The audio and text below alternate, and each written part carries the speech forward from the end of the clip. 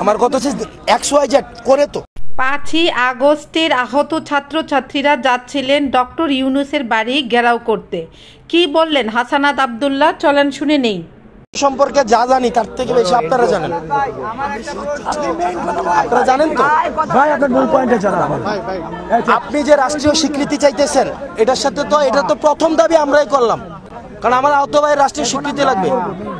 ছাত্রছাত্রীদের তুপের মুখে আছেন এখন হাসানাত আব্দুল্লাহ সমন্বয়ক। তিনি কি বলতে চাচ্ছেন?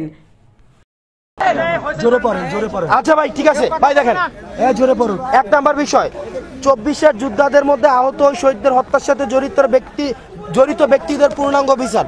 ভাই, আওয়ামী লীগের বিচার, হাসিনার বিচার, এই যে 3টা ইলেকশনের বেশি বিরুদ্ধে গেলে কে কথা বলতেছে?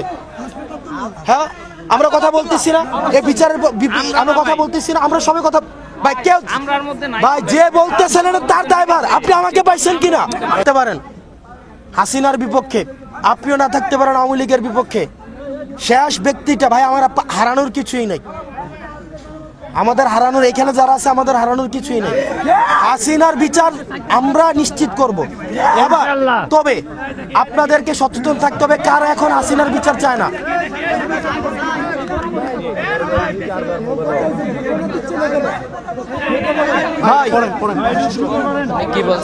ভাই, এক দফা যেটা 1 নম্বর বিষয়, এটার সাথে এটা আমাদের মূল জায়গা। হাসিনার বিচার নিশ্চিত দালাল বানাই দিছে, আমাকে জঙ্গি বানাইছে না, আমাকে ইন্টারন্যাশনাল মিডিয়াতে আমাকে দেখাইছে আমি নাকি গ্যাং।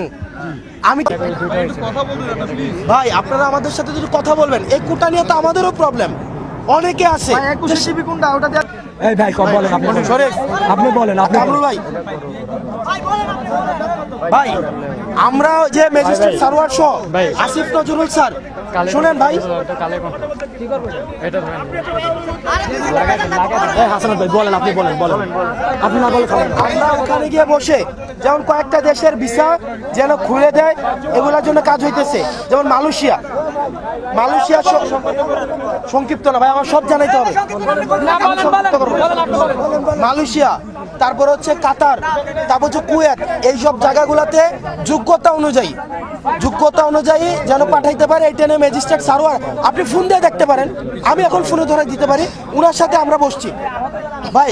এবারে সমাজ কল্যাণ মন্ত্রণালয়, এরপরে হচ্ছে আপনার বিভিন্ন জায়গায় আউটসোর্সিং এ যে লোক নেয়, সেখানে ভাই লিস্ট চাওয়া হইতেছে।